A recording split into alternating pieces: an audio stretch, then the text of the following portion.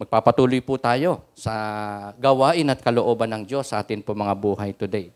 I would like to request to open up your Bible with me in our passage today na in series ay binubulay po natin, tinatalakay every Sunday, Book of Colossians. Colossians 3, sa talatang 12. Magsimula po tayo ng pagbasa hanggang talatang 17.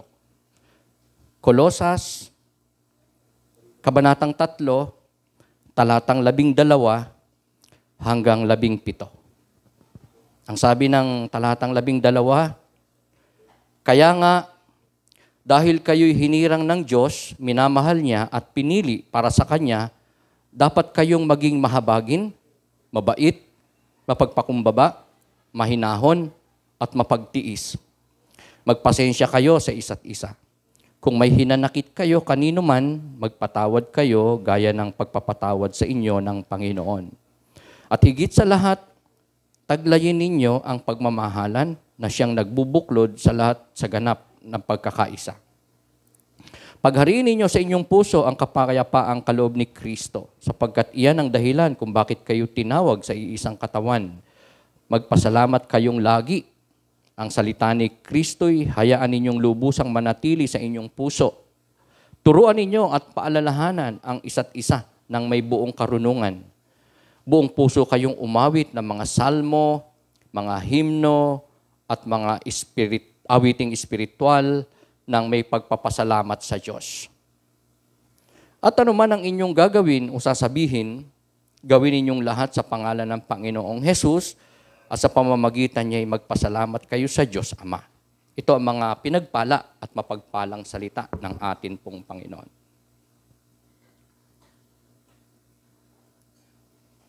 I-share ko po sa inyo on this passage ang isang topic na pinamagatan ko po na God's Grace Clothing. God's Grace Clothing. Biyaya ng Diyos bilang kasuutan. Tayo po ay familiar sa everyday na buhay natin, we used to wear clothes. In fact, maselan nga tayo o marami sa atin pagdating sa damit. Di po ba? Sa tela, sa design, sa kulay. Lalo na siguro pag linggo, talagang we used to wear our best dress for the Lord. Pag may mga occasion, we used to dress up. Amen? Pero hindi po yun ang ating pag-uusapan today. Hindi po literal na kasuutan o damit o clothing. Kundi ang kasuutan na walang iba kundi ang biyaya ng Diyos. Ang biyaya po ng Diyos o mga biyaya ng Diyos ay naisusuot. Kagaya ng damit, kagaya ng pantalon, na isusuot, na ibabalabal. Ganyan po ang biyaya ng ating Panginoon. Ang passage po natin today ay completion ng mga instructions po ni Apostol Pablo. If you will try to read back dun po sa mga nauna pong kabanata, especially chapter 2 and 3, meron pong mga instructions si Apostol Pablo sa mga taga-Kolosas. Yan po ay sila ay meron pong hubarin at merong isuot. Hindi po literal na kasuutan, kundi mga biyaya ng Panginoon.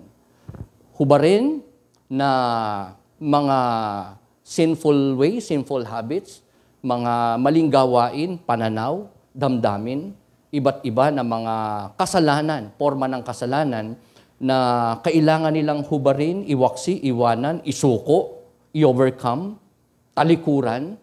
At meron din naman silang kailangang isuot, panibagong kasuutan, and those were the grace or graces of God. Parang ang Panginoong Hesus po, di ba, nung siya ay mamatay, di ba, yung kanyang pinaglibingan ay wala siya ron kasi nagbangon siyang muli. Ang naiwan doon yung kanyang grave clothes. Same is true with Lazarus. Nung buhayin ng Panginoon Hesus si Lazarus, di po ba? Ang sabi ng Panginoon, tanggalan niyo siya ng grave clothes. So iniwan From then on, si Lazarus po ay meron naging bagong balabal, bagong kasuotan, and that's the grace of God. Meaning, siya po ay nagkaroon ng newness of life. Nagkaroon siya ng isang bagong buhay. Itong si Lazarus, after na siya ay buhayin ng ating Panginoon. So, yan po yung mga ilan sa mga sinabi po ni Apostol Pablo sa mga preceding verses na kailangang hubarin. Sexual immorality, impurity, pita, masamang mga gawain, kasakiman, galit, puot, kahalayan, paninirang puri, blasphemy, masasamang salita, mga malisyoso at mga malaswang mga salita, mga salitang nakakapagpababa ng dignidad ng tao, mga salitang blasphemous, and of course, through the lips ay yung pagsisinungaling din. Ang sinabi ni Apostol Pablo na hubarin, patayin, i-overcome, talikdan.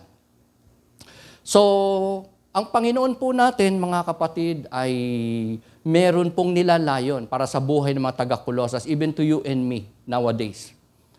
Through the Word of God, through our passage, is that magkaroon po tayo ng tamang motibo bilang mga mananampalataya. Lahat po ba tayo nanampalataya na sa ating Panginoon Hesus? Lahat po ba tayo believer ng Panginoon Jesucristo? Then, what we need is a motive na mag-encourage po sa atin, magbibigay sa atin ng lakas para patuloy at higit pa na makalakad sa daan ng ating Panginoon, sa kalooban at utos ng ating Panginoon. So, yan po ay ang maibalabal natin, ang biyaya ng Diyos, maging kasuotan natin ang mga biyaya ng Diyos nang sa ganun magkaroon po tayo ng isang bagong buhay kay Kristo. Patuloy na nababagong buhay. Hindi lang nabago, kundi sa pag-usad ng panahon ay nagbabago. Marahil, marami sa atin, if not all, masasabing ang laki na ng pinagbago ko ngayon compared noon, lalo na nung unbeliever tayo, compared to our lives nowadays. So, nagkaroon ng pagbabago, somehow may newness, mayroong mga kakaiba, pagbabago, nadagdag, nawala sa atin. Somehow, masasabi mong, ang layo na ng narating ko. Compared noon, nung ako ay unbeliever pa, o kaya nung ako'y bago-bago pa lang na believer, eto na ako ngayon. So, may nabago, may natalikdan ako, may naisuko, may nagagawa na ako ngayon, hindi ko dati nagagawa. At it seems to us, mga kapatid, meron na tayong isang bagong kalalagayan ngayon.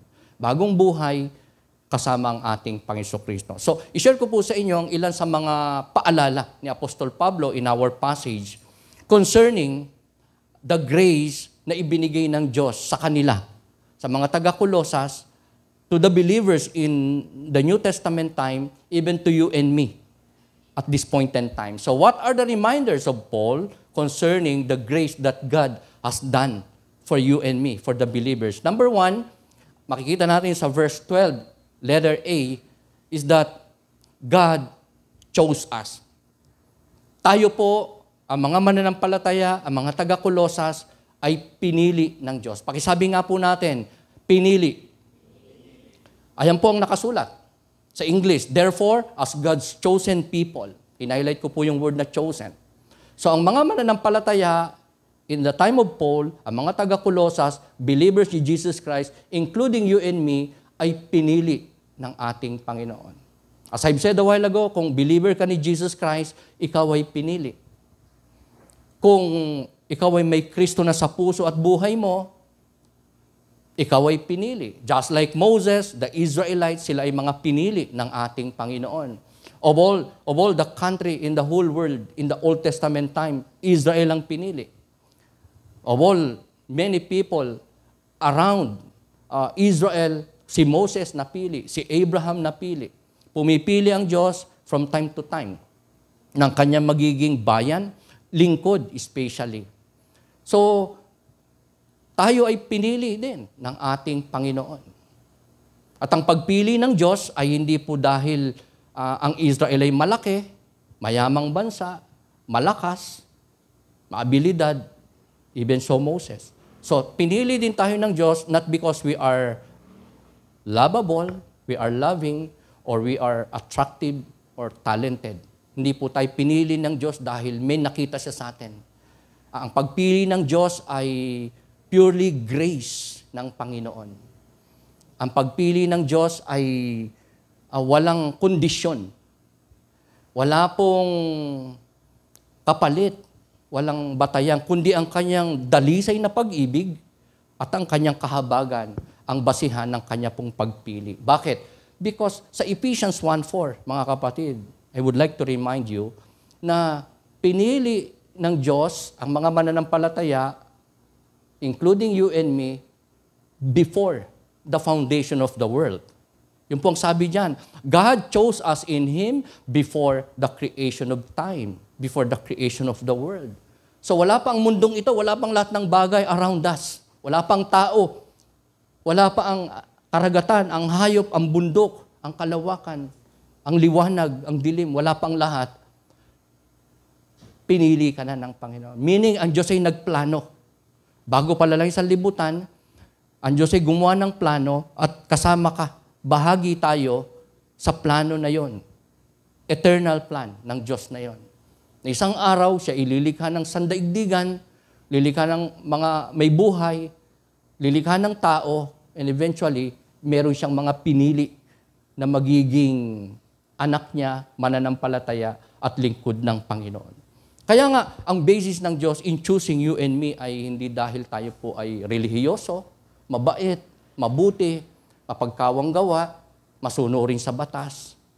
Wala tayong pwedeng ipamarali o ipagmalaki sa ating Panginoon.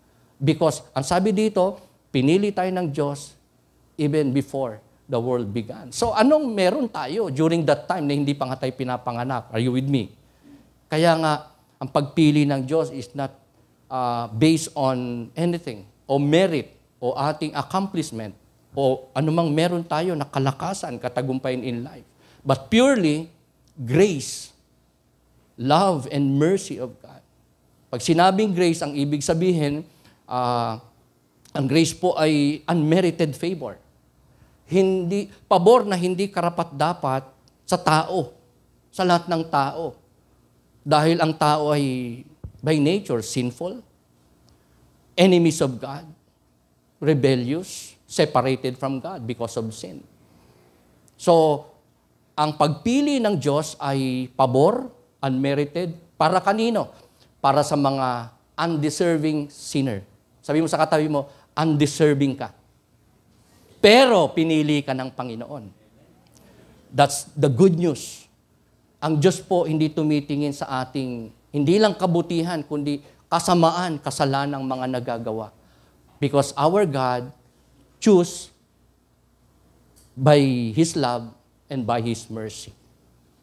Napakabuti ng ating Panginoon.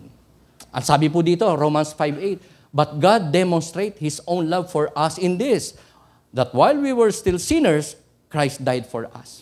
Ito pang isa, mga kapatid, na basihan, na pinili tayo ng Diyos not because we are good, we are okay, we are righteous, mas mabuti tayo kaysa sa iba, hindi naman tayo kasamaan, di ba? Ganyan ang mga katwiran ng marami. Baka katwiran natin yan before, na ako'y sa langit mapupunta kasi hindi naman ako kasing sama nitong katabi ko, o nung kapitbahay ko, o nung ex-convict doon, o nung mga addict, o mga kriminal. Hindi naman ako ganon. Kaya ako ay pipiliin ng Diyos, ako ay mapupunta sa langit. Hindi po ganon. Kasi ang sabi dito, aside from Ephesians 1:4, that God chose us in Him before the foundation of the world, sabi po dyan, God demonstrate His own love for us in this, that while we were still sinners, Christ died for us. More than 2,000 years ago, si Kristo nagkatawang tao, inalay niya kanyang buhay sa krus. May purpose. Para bayaran ang kasalanan ng sanlibutan. Para bayaran ang kasalanan ng mga taong during that time nabubuhay at ipapanganak pa lang. Kasama na po tayo doon. So nasan tayo nung si Kristo mabayubay sa krus? Wala pa po tayo noon. May buhay na po ba noon? Tingnan natin mga katabi kung pinanganak na siya noon. Mukhang hindi naman, mukhang kailan lang pinanganak. Amen, di ba? Pero namatay na si Kristo para sa iyo. So nasan ang mabuti mong gawa para sabihin natin na tayo pinili ng Diyos kasi mabuti tayo, mabait tayo, tayo ay masipag, tayo ay magalang, tayo ay matulungin, etc., etc. Wala. Are you with me? Pinakita ng Diyos ang kanyang pag-ibig. Hinighlight ko po yung word na love dyan. Yan po, nagtulak sa Diyos para pumili ng kanyang ililigtas, magiging anak, magiging lingkod. At kung ikaw, nanampalataya na kay Kristo, kung mananampalataya kay Kristo bilang tagapagligtas na iyong kaluluwa, ikaw ay pinili ng Diyos. Ikaw ay ililigtas ng Diyos. Isa ka sa mga pinili ng Diyos, even before the creation of time, na maging anak, lingkod, at tagapagmana ng kaharian ng ating Panginoon time comes. While we were still sinners, Christ died for us. Isang napakaganda po yan, nakatotohanan the Scripture. Alam niyo po, marami po hindi naniniwala sa katuroang yan, election. Hindi po yung botohang naganap kamakailan. Pagpili natin ng kapitan, kagawad, SK, president, members, hindi po yun. Ang tinutukoy po natin, na doktrina in the Bible, teaching of the Bible, ay walang iba kundi ang pagpili ng Diyos, paghirang ng Diyos, pagtawag ng Diyos, para maging anak niya ang isang makasalanan, para mapatawad ang isang makasalanan. Ang election po ay totoo based on Ephesians 1:4. God chose. Ano ba sa Tagalog ang chose? Pumipili ang Diyos. Di ba? Pag tayo bumoboto, pumipili tayo kung sinong kandidato gusto natin. Ang Diyos din po ay pumili. So, hindi lahat pinili. So, mapalad ang mga pinili. Sila yung mga pananampalataya sa Panginoon. Pero yan po ay sikreto sa mata, kaisipan, kalagitnaan ng mga hindi mananampalataya. Maraming tao hindi po nakakaalam sa katotohanan yan. Malibang sila po ay ma-enlightened. I-enlighten, i-regenerate ng Panginoon, bigyan ng unawa ng Diyos. That's the time na mauunawaan nila ang pagpili ng Diyos. Kung ang isang tao mabuborn again, magkakaroon siya ng encounter with God, that's the only time na kanyang mauunawaan ang mga kaloobang ito ng ating Panginoon, especially election. Kaya yan ay sacred secret, mga kapatid, na ang nakakaunawa lang at nakakaalam, kakadiscover, ay mga believers ni Christ, mga anak ng Diyos, mga pinili ng ating iniligtas ng ating Panginoon by His blood on the cross. Kaya tayo po, mga kapatid, in this life, we just suppose and assume na ang katabi natin, elect. Tingnan mo nga katabi mo. Anong katibayan mo na elect yan? Alam mo ba ang lahat ng bagay? Diyos lang nakakaalam di ba? We just assume and suppose. Ang katabi natin, elect. Dahil meron tayong mga batayang ginagamit. Nagpupuri, nagsisimba, nagkakaloob, nagwo-worship, nagpe-pray, nagbabasa ng Bible, etc., etc. Pero ang dami ko na po nakasamang ganon nung araw. Hindi ko na sila makita ngayon. Ang ilan, alam ko talaga, namatay nasa labas ng biyaya ng Panginoon. Somehow, I suspect, hindi sila totoong anak ng Diyos. Hindi sila elect. Pero they were in the church before. But nowadays, wala na. Kaya no one knows. Ikaw lang talaga, sa sarili mo, kalooban mo makapagsasabi kung talagang ikaw ay anak ng Diyos, believer ni Jesus Christ, kung ikaw ay elect.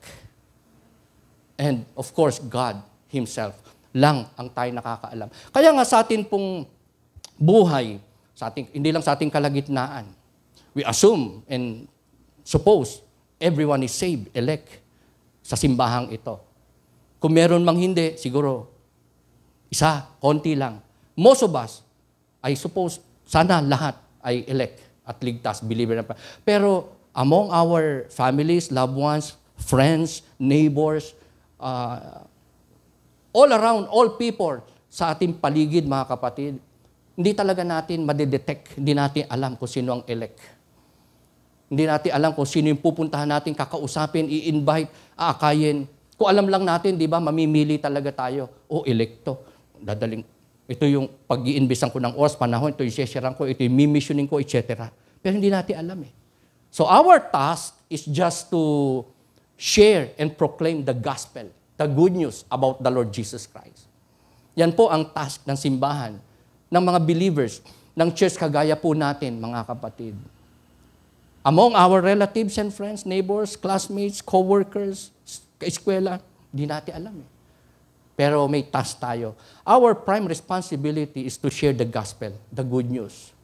Hoping na isa sa mga share natin ay elect. Na pag sinira mo ng gospel, mananampalataya yun. Pag in-invite mo, most likely magre-respond. Elect eh. Ganun po ang mga pinili ng Diyos. Time comes, sila po ay talagang magre-respond sa panawagan o calling ng ating Panginoon. Kaya ang church ay hindi po dapat tumitigil sa paghayo, pag-share. Kanino man, saan man, bata, matanda, lalaki, babae, mahirap, mayaman, mangmang, matalino, ay dapat na binabahaginan ng mga anak ng Diyos ng salita ng ating good news para sila makakilala sa ating Panginoon. Maligtas. Dahil sila'y pinili ng ating Panginoon. Kaya walang panahon na dapat titigil ang church ng Panginoon. Sa pag-ibanghelyo, sa pag-share ng gospel, sa pagmiministeryo, pagmimisyon. Wala pong panahon. Dahil out there ay mga pinili ng Diyos na kailangan pong i-reach out, ma-reach out ng salita ng ating Panginoon. So yan po yung una na reminder ni Paul sa mga taga-Colosas, especially to you and me, even to you and me, na ginawa o ibinigay ng Diyos na biyaya sa kanila. Especially, even so to you and me, that God chose them, that God chose us. Ang pangalawa po is that God set us apart. Tayo po ay itinalaga, ibinukod ng Panginoon. Verse 12b, ito po ang nakasulat. Therefore, as God's chosen people, holy. Ang meaning po ng holy, mga kapatid, ay set apart. Kasi, para ikaw ay maging banal sa harapan ng Diyos, malinis, dalisay, pure, katanggap-tanggap, kalugod-lugod, kailangan kang piliin, iligtas, at maibukod ng Panginoon. Meaning, sa isang kalalagayan, makasanlibutan, unbeliever ka, wala kang Kristo, wala kang Panginoon, wala kang pananampalataya, meron ka religion, kailangang mailipat ka ng Diyos. Sa isang kalalagayan, ililipat ka ng Diyos by election, by appointment, sa pamamagitan ng pananampalataya sa Panginoon. Sa isang kalalagayan na may newness of life. Isang patay sa pagkakasala dati at isang buhay kay Kristo na kalalagayan. From being a child of the devil into a child of God. So, ikaw na dati unbeliever, ngayon ay believer ni Kristo, ikaw ay na-set apart. Pinili ka ng Diyos, ibinukod, hinango, kinuha, at ginawang anak niya. Sabi mo sa katabi mo, anak ka ng Diyos na. Kung nanampalataya ka na kay Jesus Christ, so we were already set apart. So, kung tayo ay set apart from being an unbeliever to a believer, from the dominion of darkness, sin, devil, to God's presence and power and victory sa ating buhay as believers of God. So, tayo po mga kapatid ay pinapaging banal na ng ating Panginoon in that sense. Nung tayo manampalataya kay Kristo, nahango po tayo sa kalalagayan na yan, that doesn't mean na tayo po ay naging sinless na. That doesn't mean na tayo po hindi na nagkakasat, nagkakamali, right? Patuloy pa rin tayo nakakagawa. Pero hindi na po tayo nabubuhay sa kasalanan. Ang kasalanan, wala na pong pangil sa atin. Dahil yun ay binayaran na ng ating Panginoon sa krus, ng kanyang dugo. Ang ating mga kasalanan ay pinawi na niya. Wala na po tayong pananagutan sa Diyos na tayo po'y mabubuhay pa sa impyerno because of our sin. So, tayo po ay naging banal na. So, sa harapan ng Diyos, kung ikaw ay believer na ni Kristo, ikaw ay banal. Sabi mo sa katabi mo, banal ka. Hindi mo man maubos, malirip. Di ba? Baka sa ating paningin kasi, pagtaya sa ating, sabi ng Bible, banal ako as a believer. Pero ito yung ginagawa ko. Ito ako ngayon. Ito yung kahina ko. Ito yung mga hindi ko maisuko. Ito yung hindi ko ma-commit sa Panginoon, hindi ko maiwaksi, hindi ko magawa. Pero, ayan po ang katotohanan. Ang lahat ng pinili ng Diyos, tinawag ng Diyos, binukod ng Diyos, banal sa harapan ng ating Panginoon. Bakit? Kasi nakikita na ng Ama sa iyo ay si Kristo. Dugo ni Kristo. Sakripisyo ni Kristo. Pangalan ni Kristo. That is why we are before God holy. Pwede ba natin palakpakan ng Panginoon? Excuse me. Purihin natin ng Diyos. Ang illustration po ng atin pong pagiging holy, set apart, ay kagaya po ng kasal. Marriage ceremony ng isang babae at lalaki. Sila po, kung ikaw mag-aasawa, kakasal na, papakasal, ikaw at ang iyong mapapangasawa ay exclusively set apart for each other. Okay, hindi po normal yung sa altar biglang tatayo yung groom at iiwanan yung kanyang bride at hihilahin niya yung kanyang maid of honor at tatakbo sila. Hindi na tuloy ang kasal. Iba pa lang kanyang mahal. Diba? Iba pa lang gusto niya. Hindi po ganon. Ang kinakasal ay exclusively to be set apart for each other. Ang lahat ng mga kasal magsabi ng amen. Kaya nga hindi na pwede, di ba? Na may third party. Hindi na pwede na, di ba? Makipagrelasyon pa sa iba. Kasi set apart ka na eh. Ang wife mo sa'yo, ang husband mo sa'yo, set apart. Exclusive.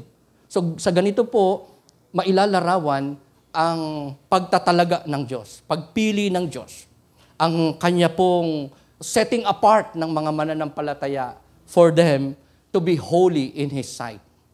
Kaya nga, dahil tayo po'y pinili ng Diyos, tayo po ay ibinukod ng Diyos, tayo po'y banal na sa harapan ng Diyos, ibig sabihin, hindi tayong nagmamay-ari ng ating sarili o ng ating buhay. We don't belong to ourselves anymore. If we are believers of the Lord, if we are elect, if we've been set apart. God owns us. Sabi mo sa katabi mo, pag-aari ka ni Lord.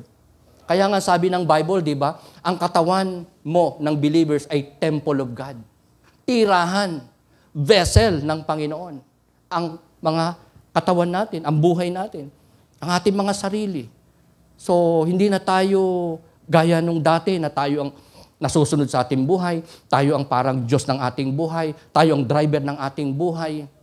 Pero tayo pinili, binukod ng Diyos, banal sa kanyang harapan, tinubos ng kanyang dugo, so tayo pag-aari ng Diyos. Napakamahal kaya, priceless. Walang kapantay na halaga ang ipinambili sa iyo ng Diyos. Sinugo ng Ama ang kanyang bugtong na anak para sa iyo, para sa atin. Sa krus ng Kalbaryo, nag-alay siya ng kanyang buhay. Bilhin nyo, iniwan niya ang langit, nagpakababa, nagpakahirap, inalay ang buhay, itinigis ang kanyang banal na dugo para sa iyo, para sa atin, para sa akin. Kaya nga, hindi ka basta-basta. Anak ka ng Diyos. Ikaw ay banal. Ikaw ay pinili. At meron kang napakagandang, hindi lang kalalagayan before God today, kundi meron kang napakagandang future. Sabi mo sa katabi mo, ang ganda ng hinaharap mo. Meron kang napakagandang future kung ikaw ay believer ng ating Panginoon. Are you with me? Kaya nga, dahil hindi natin hawak ang ating buhay, hindi natin pag-aari ang ating buhay, tayo ay pag-aari ng Diyos. Siya ay sumasa atin. By His Spirit, templo niya tayo. So anong dapat natin maging buhay? Hindi po dapat maging worldly. Hindi dapat maging makalaman. Hindi dapat maging materialistic. Hindi dapat maging lustful. Are you with me? Kailangan tayo po ay maging godly because God owns us. Meron tayong kabanalang galing sa Diyos. So ito po ay importante na makita sa atin na tayo ibinukod, tinalaga, pinapaging banal ng ating Panginoon. Ang pangatlo po, na reminder ni Apostol Pablo concerning God's grace na ibinigay niya sa atin, ginawa niya sa ating mga buhay is that God loves us. Inibig tayo ng Diyos. Iniibig ka ng ating minamahal ka ng Panginoon. Kasi sa verse 12c, yan po nakasulat. Therefore, as God's chosen people, holy and dearly loved. So hindi ka lang pinili, hindi ka lang pinapaging banal o ibinukod ng Panginoon para sa Kanya, kundi ikaw ay lubos na minamahal. Greatly loved. Kaya nga kung sinasabi na, parang wala nagmamahal sa akin. Parang hindi naman ako mahal ng jowa ko, ng asawa ko, ng anak ko, ng kaibigan ko, ng boss ko. May isa na tunay at lubos na nagmamahal sa iyo at sa akin. And that is God, ang ating Panginoon. Yan pong sabi dyan. You are dearly loved. Kaya nga, be reminded, mga kapatid, na ang Diyos na nagmamahal sa iyo, of course, nag-e-expect na magiging obedient ka, submissive ka, faithful ka sa Kanya. Ginawa ng Diyos ang lahat para iligtas tayo. Are you with me? Sinugo niya ang Kanyang anak. Binigay niya, sacrifice yun. Inalay ni Kristo sa krus ang Kanyang buhay, dugo, katawan. Kaya nga pagka tayo po'y nagkasala sa ating mapagmahal na Ama, we don't just break His law and commandments. We break His heart. Just like ang ating mga magulang, nanay, tatay, ama, daddy, o mami. Di ba? Truly, they loved us so much. Ginagawa ang lahat, binibigay ang lahat. Kaya nga, ginagantihan natin ng paglilingkod, pagmamahal, respeto, name it. But once we commit sin once we violated their commands, their will, we break their hearts. Kaya may mga magulang, tatay, nanay na umiiyak. Sa hapdi, sakit, hinanakit sa anak. Kasi may hindi sinusunod, sinusuway siya. Ang ginagawa ay yung ayaw niya, yung alam niyang tama. At ang ginagawa, mali. Nagre-rebelde. So broken. Sino pa mga broken ngayon na nanay, tatay, broken na jowa ngayon, broken na boyfriend, girlfriend? It's because someone so dear to us, mahal na natin, so close sa atin, pinapahalagahan natin, pinaglilingkuran, violated our will, our love, hindi pinahalagaan maybe. Binaliwala yung ating pagmamahal. Same is true with our God.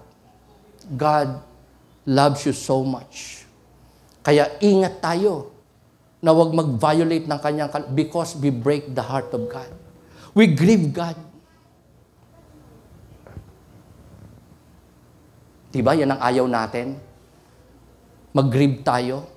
Mag-broken tayo. From someone, pinapahalagan mo, minamahal mo, pinaglilingkuran mo. Love na love mo. Pinagsasakripisyohan mo. You expect something in return. At pag hindi nila nagawa yun, nag-violate sila, nagtalo sila, sumuway, nag-betray sa'yo, sumisigaw ang iyong puso. Amen? Sa sakit. Umiiyak tayo. Nalulungkot tayo. Nababagbag tayo. Nababasag tayo. Hindi tayo makatulog, makakain. Nawawala tayo sa mood, sa ginda. Tayo po ay talagang discouraged, disappoint. Same is true with God. And if we break the heart of God, that is something, mga kapatid, because our God is not just God of love and mercy and forgiveness, but our God is also a God of punishment, judgment, at siya ay nagchachastise. So yun po ang painful whenever we commit sin against our God, lalo na kung deliberate, sinasadya. So, when Christian sins, being a child of God, he or she breaks the hearts of God.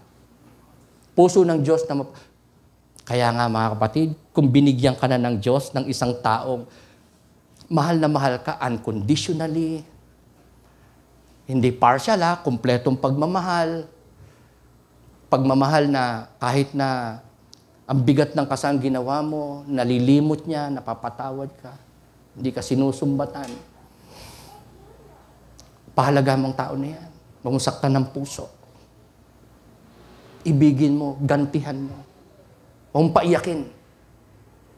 More so with God. Amen. Kaya, ang Diyos na nagbigay sa atin ng buhay, lumikha sa atin, pumili sa atin, nagligtas sa atin, nagbigay ng pananampalataya sa atin, nagbigay ng kabanalan sa atin before God, nagbigay sa atin ng bagong buhay in Christ. It's so important that we don't grieve God by way of putting out those clothing, worldly clothing, na against sa will of God sa pamagitan ng pagsusuot ng isang kasuutang biyaya ng atin pong Panginoon. Alam niyo po, ang pag-ibig ang pinaka-greatest and strongest motivating power in the world. Makikita natin yan sa Diyos. At kung inibig tayo ng Diyos, nang wala pong kondisyon, walang basihan, purely grace, unmerited favor, ang sabi ng Diyos, umibig din daw po tayo. Magpadama din tayo ng pag-ibig sa kapwa, sa kapatiran, sa kapamilya. Maging sa kaaway nga eh. Diba? Inutos ng Panginoon, love your enemies. Because love is the greatest and strongest motivating power in the world. Because love covers multitudes of sin. Kung may pag-ibig ka, mapapatawad mo isang tao. Kung mahal mo ang asawa mo, anak mo, jowa mo, kaibigan mo, kung mahal mo ang sino man sa paligid mo, magagawa mong patawarin, kalimutan, baliwalain ang kanyang failures and mistakes against you. Amen? That is love. Kaya importante, meron tayong pag-ibig. Galing sa Diyos, pag-ibig na ipapadama rin natin at ibabahagi po sa iba. Sa John 3:16, tingnan niyo po ang pag-ibig ng ating Panginoon. For God so loved the world that He gave His one and only Son, for whosoever believe in Him, kay Jesus Christ, will not perish. Hindi na mapupunta sa impyerno, kundi magkakaroon na siya ng buhay na walang hanggan. Pansinin niyo po yung pag-ibig ng Ama. Ang pag-ibig ng Diyos Ama. Kanino? Sa makasalanan, sa sanlibutan, sa mga tao, sa mga enemies of God, sa sinful people, undeserving people, ibinigay niya ang kanyang bugtong na. May binigay siya. Pinaka-importante, kaisa-isa. So kung ikaw may pag-ibig sa iyong puso, sa iyong buhay, marami kang magagawa. Lahat makakaya mong gawin. Maging ang magpatawad, magpasensya, magbaliwala ng kahit pa napaka-painful na ginawa na offense sa atin. That is God. Amen? That's you and me. Na importanteng may pag-ibig. Pag-ibig. Ang lahat ng umiibig, magsabi nga ng amen.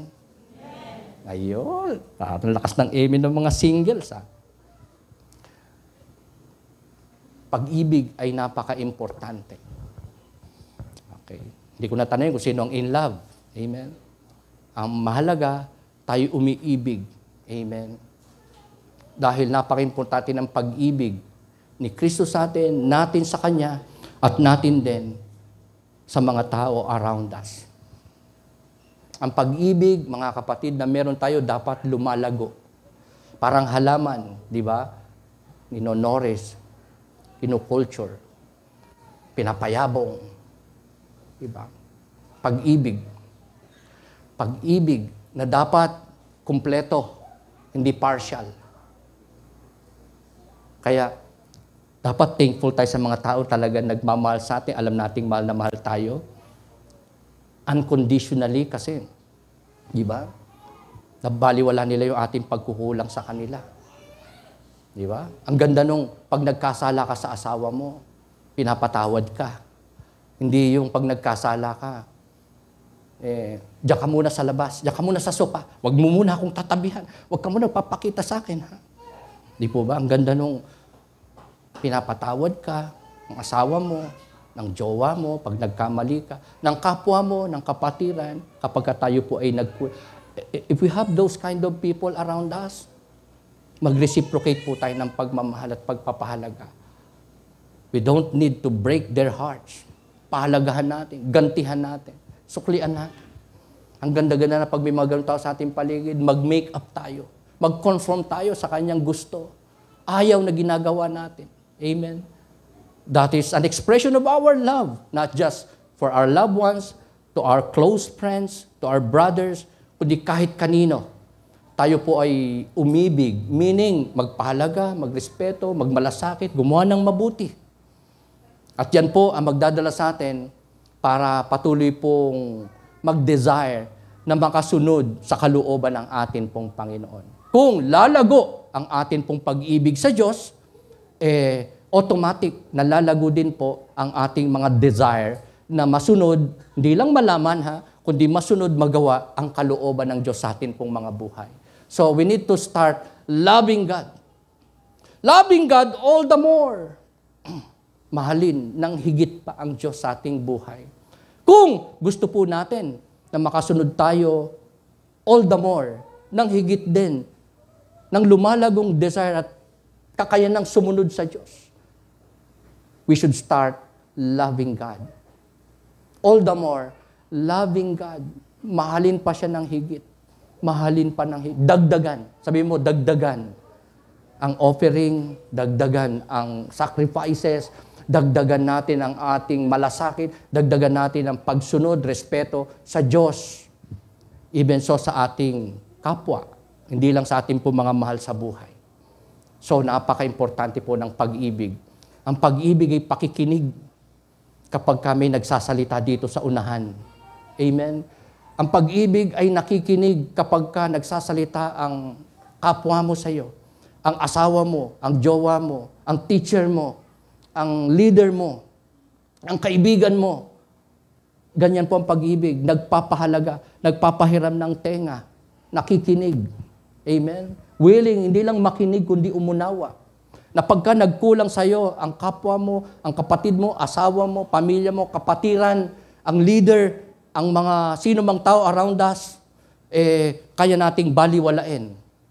Patatawarin mo, lilimutin mo, hindi ka magtatanim, hindi ka mapupuot, hindi mo siya iiwasan, hindi mo siya i-reject, i-ignore, hindi mo siya i-avoid, kundi patatawarin mo siya at babaliwalain mo ang kanyang nagawa. Alam niyo kung lahat ng tao, even Christians, kayang i-overlook ang pagkukulang ng kapatid, ni brother, ni sister, ni pastor, ni elder, ni deacon, ni deaconess, wala pong division, walang magiging conflict, walang hiwalayan, walang separation, wala pong katitisuran, hindi magkakatisuran. Kung lahat po ng mananampalataya willing i-overlook ang faults na nagagawa sa atin, sa iyo. Are you with me? Napakaganda po nito kasi nagpapahalaga ka sa kapwa mo, sa tao, lalo na sa kapatiran, sa mahal sa buhay, sa Diyos. Valuing other people. Pagpapahalaga. Ito yung hindi mo siya i-disrespect, siya ipagmamalasakitan mo, tutulungan mo, aabutin mo, i-reach out mo. Pagpapadamahan mo ng pagmamahal. That is love. Practically. Nang walang pinipili, sino man siya, mamahalin mo siya, gagawan mo ng mabuti, papahalagahan mo, patatawarin mo, pakikinggan mo, lalo ng kanyang mga karapatan, pribilehiyo. That is love. Bata, matanda, lalaki, babae, mayaman, mahirap, may posisyon man o wala, nakakatulong man sa iyo o hindi. Ano man ang kalagayan niya, sino man sila, sino man siya, we must express our love. Can we say amen? That is love. So, ang pang-apat po, mga kapatid, na reminder ni Apostol Pablo, concerning grace of God na ginawa ng Diyos sa ating mga buhay is that God has forgiven you. God has forgiven us. God has forgiven Paul and the Colossian brothers na kanyang sinulatan po in this passage. Ang pagpapatawad ng Diyos po ay kumpleto and final. Hindi po partial, hindi conditional. So dapat ganun din po tayo, just like the Lord. We need to be like the Lord Jesus Christ. To be like Christ-like, mga kapatid. In forgiving, in in understanding the faults and mistakes and limitations and shortcomings of other people around us. Lalo na mga believers of the Lord, mga kapatiran, mga anak ng Diyos. Kung tayo, mga kapatid, pinatawad ng Diyos, how come hindi natin gagawin din naman sa iba ang magpatawad? Pero sa totoo lang, tayo po, mga kapatid, ay pinatawad ng Diyos hindi para sa atin, kundi para kay Kristo. God has forgiven us for Christ's sake and not for your sake, not for my sake, not for anybody else's sake, but for the sake of Christ. Yan po ang ating Diyos Ama. Binigay niya kanyang bugtong na anak para makasumpong ng kapatawaran ng kasalanan ng mga makasalanan. Pero hindi dahil po sa atin, sa anumang meron tayo, ginawa natin, gusto natin, kalalagayan, but for the sake of Christ. Kaya ang Diyos Ama, naggawad ng kapatawaran sa pamamagitan ni Kristo sa krus ng Kalbaryo. Kaya, ang Diyos, mga kapatid, mabiyaya. Maraming graces ang Panginoon. Pagpili, setting apart, pagbubukod, o yung pagpapagiging banal sa mga mananampalataya, anak ng Diyos, sa makasalanan. Inibig tayo ng ating Panginoon at tayo pinatawad. Para hindi po natin makalimutan itong 4 major points na present ko po sa inyo ngayon. Just remember this acrostic word, calf. Calf. An animal. Calf. Chosen, set apart, loved, and forgiven. So, with this great virtues, mga kapatid, na meron tayo, binigay ng Diyos sa atin, grasya ng Diyos sa atin, mga kapatid, sa ganyan, mga kapatid, na kabutihan ng Diyos, lumalabas, meron po tayong malaking responsibility. Meron po tayong malaki pong task, responsibilidad, accountability, solemn responsibility, meron po tayo. Kasi tayo po'y pinili, ginawang banal, sinet apart, tayo po'y inibig ng Diyos, tayo po ay pinatawad ng Diyos, so meron po tayong solemn responsibility. Number 1, putting off our worldly clothing, worldly deeds, worldly ways, sinful ways, desire, habit, kaisipan, damdamin, puso, pananaw.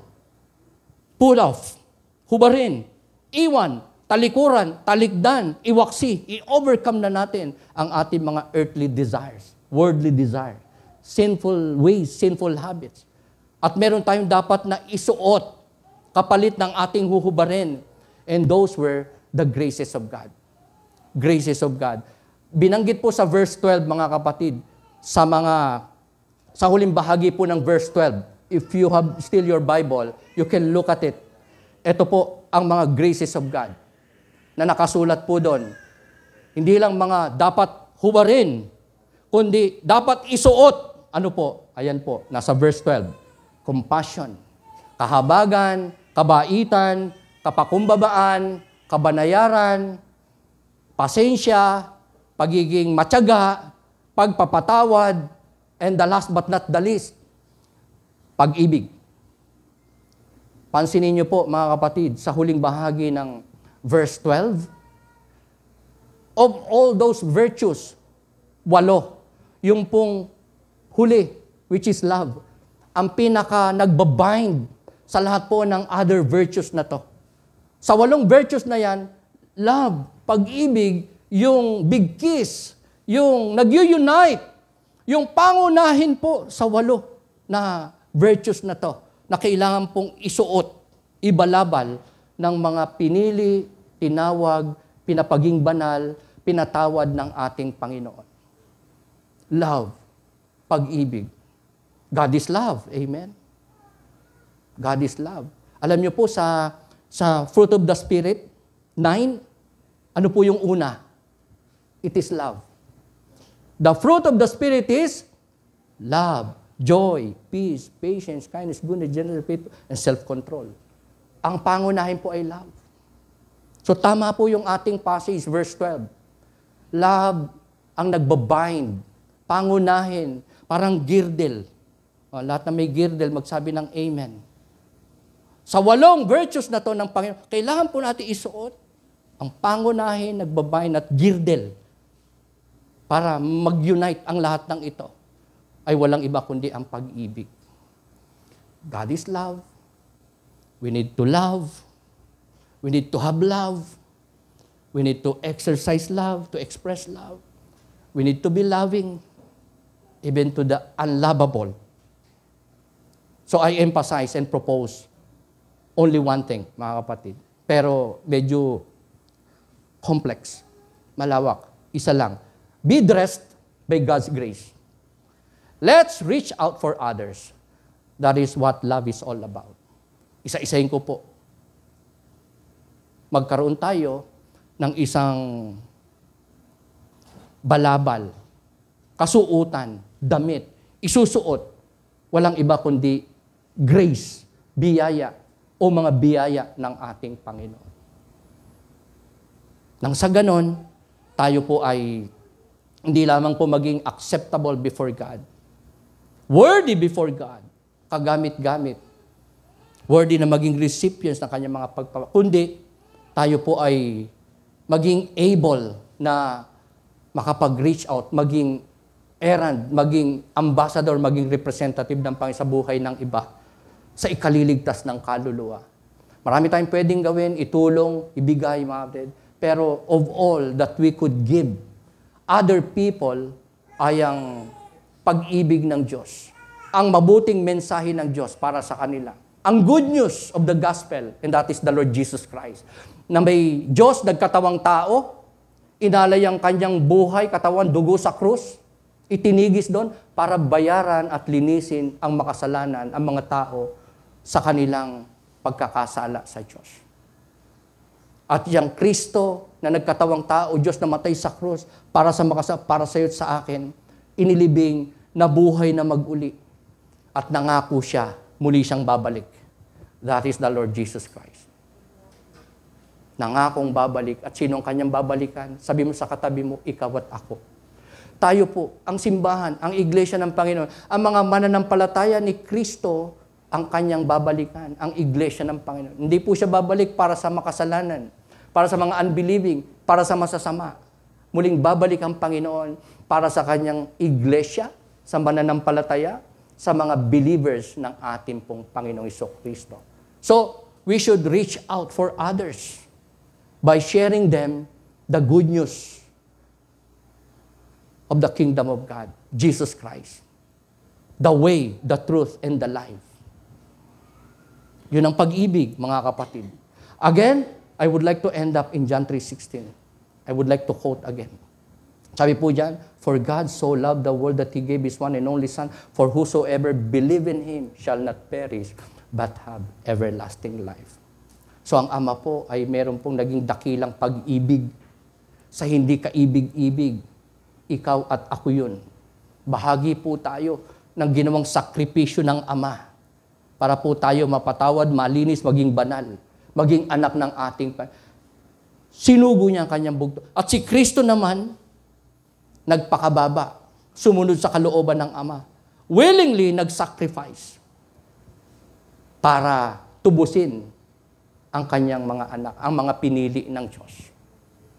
Sa ikaliligtas ng kaluluwa at sa ikatatatag ng pananampalataya at sa ikaluluwalhati ng Ama, ating Diyos, makapangyarihan sa lahat. Pinili ka ba? Pinapaging banal ka ba ng Panginoon? Pinatawad ka ba ng Panginoon? Ikaw ba ay inibig ng Panginoon? Ikaw makapagsasabi kung ikaw ay elect, believer ni Christ, tunay na mananampalataya, anak ng Diyos. And so, you have a great task and responsibility. That is to obey God, to honor God, to glorify God, to walk in His ways. Be an instrument of God, especially for the salvation of other people. Maging kagaya mo, ligtas, mananampalataya, at naglilingkod sa ating Panginoon. Can we say amen? Palakpakan po natin ating Panginoon. Let's rise up. Magpasalamat po tayo sa Diyos at humiling po tayo sa Diyos ng ating mga pangangailangan, lalong-lalo na ng kalakasan na hindi lang natin malaman, masumpungan pa ang kanyang kalooban at kautusan, kundi more so, masunod po natin ang kanyang mga kalooban sa ating buhay. Bilang pagganti, bilang pagtanaw ng utang na loob sa ating Panginoon. All we need to do is to know the will of God, the commandments of God. At sundin ito.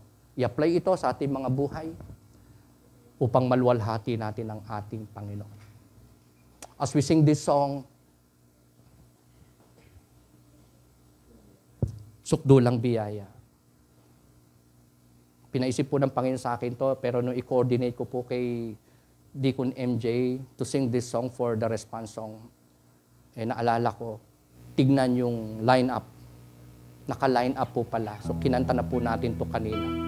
So, somehow, I assume that really, God wants us to not just be reminded, kundi maunawaan pa natin ng lubos ang sukdulang biyaya ng atin pong Panginoon. It's our message today. God's grace clothing. Biyaya ng Diyos na kailangan po nating maging kasuotan, maging balaban. Yan po ay ganap, kasiya-siya, perpekto, kompleto. Mga biyaya ng ating Panginoon. Yan po ay sukdulan. Yan po ay kasiya-siya, katanggap-tanggap, kalugod-lugod sa ating. At napakalaki pong blessing sa atin ang biyaya ng ating Panginoon. Sapagkat hindi po tayo karapat-dapat. Lahat po tayo ay nagkasala, nahiwalay sa Diyos. In fact, lahat tayo dapat mapunta ng impyerno sapagkat yan ang kabayaran ng kasalanan, ang kamatayang espiritual. Pero dahil sa habag, biyaya, pag-ibig ng Diyos, sa kanyang sukdulang biyaya, tayo po'y naligtas. May kaligtasan kay Kristo. Ang biyaya ng Diyos ay sukdulan sa ating mga buhay. Kaya gantihan natin siya ng pagmamahal, pagsamba, pagdakila, pagluwalhati, paglilingkod, pag-aalay, ng hindi ng iilan, kundi ng lahat-lahat sa ating pong mga buhay. That is love is all about. God's love for you and me, our love for God. And that makes us worthy, acceptable, pleasing, at kagamit-gamit sa gawain at kalooban ng ating Panginoon. Let's bless God in this song.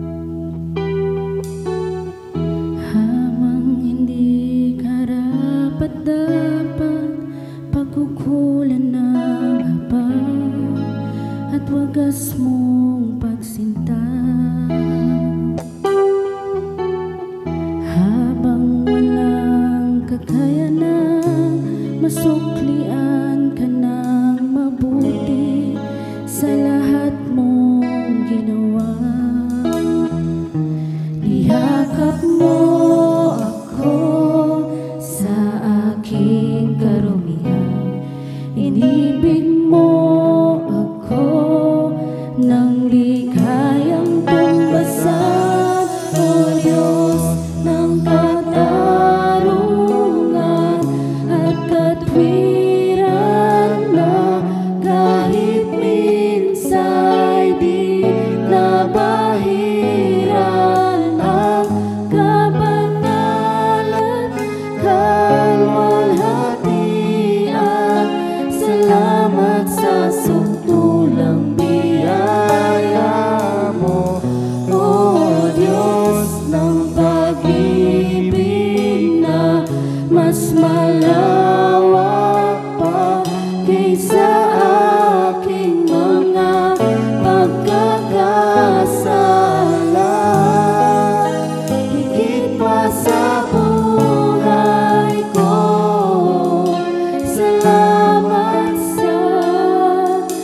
sukdulang biyaya mo. Yes, Lord, salamat sa iyong sukdulang biyaya mo.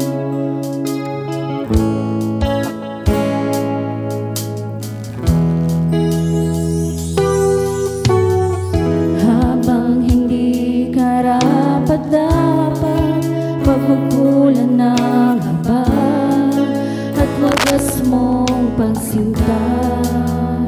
Habang wala kaming kakayanan, Panginoon, na masuklian ka ng mabuti, suklian ka ng mabuti sa lahat mong ginawa.